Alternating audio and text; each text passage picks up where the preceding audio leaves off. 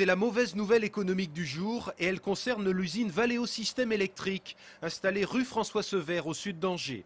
La direction de l'entreprise qui fabrique des alternateurs et des démarreurs automobiles et qui emploie actuellement 230 salariés évoque, je cite, une réorganisation de son usine avec à la clé la suppression de 39 postes.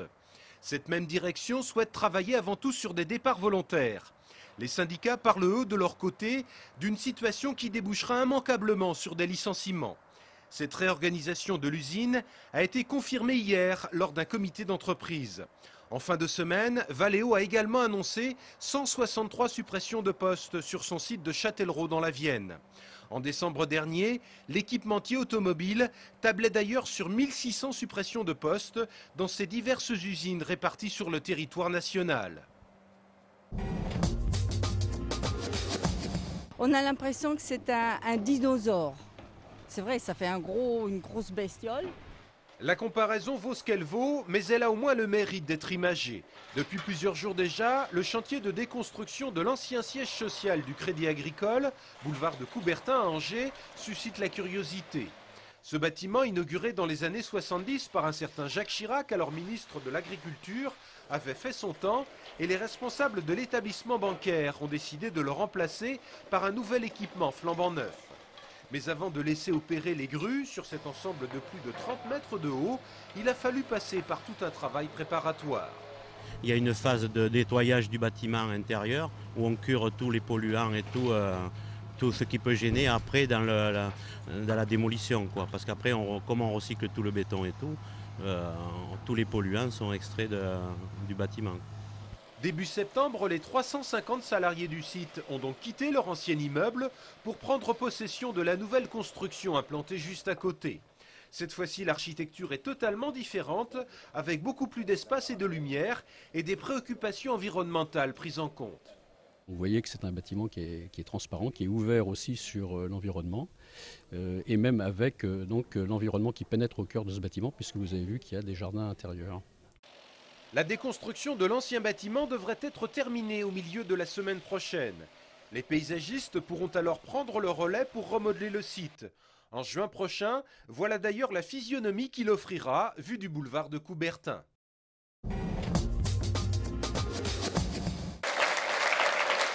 C'est l'histoire d'une des plus belles réussites professionnelles de l'Anjou qui a été saluée hier soir à Muret-Rigné. Celle de Raoul Monnier, l'ancien propriétaire de l'Hyper-U, implanté au sud de l'agglomération, qui emploie 380 personnes et qui génère un chiffre d'affaires annuel d'environ 120 millions d'euros. Pourtant, il y a tout juste 50 ans, Raoul Monnier n'était qu'un modeste employé dans le magasin familial. Mes parents étaient épiciers à Muret-Rigné. Et j'ai commencé à travailler dans leur boutique avec ce qu'était le commerce à l'époque, c'est-à-dire un comptoir, des rayonnages derrière. C'était une époque où on vendait le lait à la mesure, le beurre au détail. Si aujourd'hui Raoul Monnier a cédé les commandes du plus grand magasin Système U de France, il n'entend pas pour autant rester inactif. À 66 ans, il vient en effet de lancer une nouvelle société qui va épauler les jeunes créateurs d'entreprises et même leur apporter des capitaux, histoire de les aider à démarrer du bon pied. Mon père, qui m'avait transmis l'entreprise, à qui j'avais racheté l'entreprise, avait été aidé financièrement par un curé à l'époque. Et c'est quelque chose, curé de sa paroisse, c'est quelque chose, il n'avait rien, c'est quelque chose qui m'avait énormément marqué. Alors peut-être que l'envie que j'ai aujourd'hui d'aider de jeunes entrepreneurs vient de là. Hier soir, Raoul Monnier a également tenu à rassurer les nombreuses associations que son magasin soutenait à Muret-Rigné, en leur confirmant que son successeur appliquerait bien la même politique. Ça y est, c'est officiel. Demain soir, les joueurs du SCO reprennent la compétition après un mois de pause. Le match les opposera à Bastia, 10e au classement. Disons que sur ce match-là, il faut qu'on soit capable d'accepter que tout ne soit pas parfait, puisque c'est un match de reprise, qu'on peut manquer un peu de rythme, qu'il y a certaines interrogations par rapport à la tête du terrain qui peut être un peu gras. Donc il nous faut avant tout rechercher l'efficacité. C'est là-dessus qu'on a mis l'accent en début de semaine, parce que par exemple contre Saumur, On a fait de très très bonnes choses, mais on n'a pas été efficace, notamment dans le dernier geste, dans la dernière passe et dans la finition. Donc avoir conscience des priorités dans un tel match, et la priorité, ça sera l'efficacité. Une efficacité qu'il faudra démontrer demain soir, Stade Jean-Bouin à 20 h. Pour plus d'infos, ne ratez pas SCO News juste après le 7 minutes.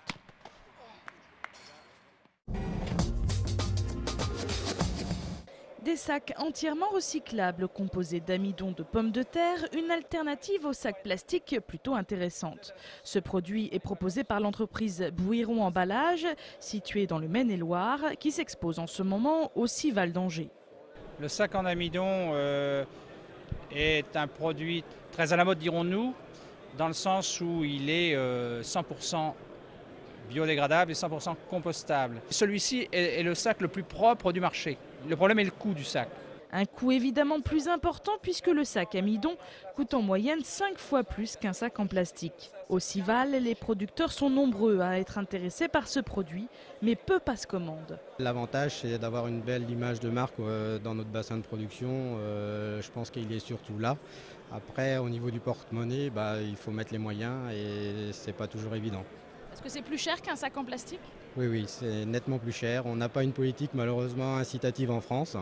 On est quand même sous un hobby pétrolier et il suffirait de taxer fortement les produits pétroliers et ces produits-là, les vendre au prix où ils sont et le chemin serait fait, quoi. Il faut se mettre à la place des producteurs lorsqu'ils font leur vente au détail.